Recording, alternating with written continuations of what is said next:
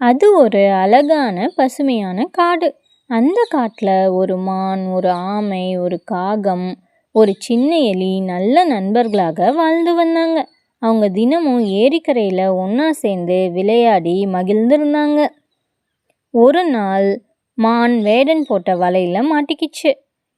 அதை பார்த்த காகமும் எலியும் உதவி செய்ய வந்தது. எலி தன்னோட கூர்மையான பற்களால் வலையை கடிச்சு மானை விடுவிச்சது.